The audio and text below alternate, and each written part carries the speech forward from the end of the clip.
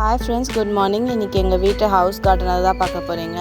So இது பார்த்தீங்கன்னா கீழே துளசி செடி எங்கள் அப்பா வச்சுருக்காரு. இது என்ன மரம்னு கெஸ் பண்ணுங்கள் பார்க்கலாம். This is lemon tree.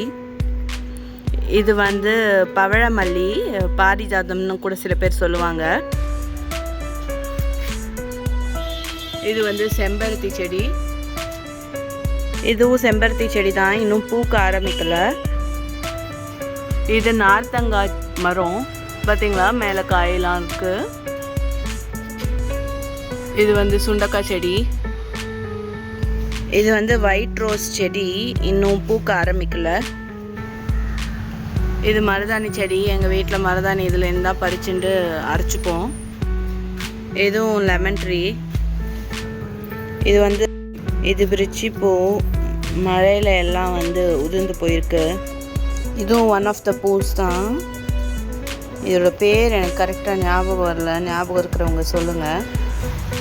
இது வந்து முல்லை செடி. இதெல்லாம் வந்து வெத்தலை செடி. ஸோ இதெல்லாமும் வெத்தலை. நவராத்திரி தாம்பூலம்க்கு எல்லா வெத்தலையும் ஹோம் க்ரோன்னு சொல்லிட வேண்டியதுதான்.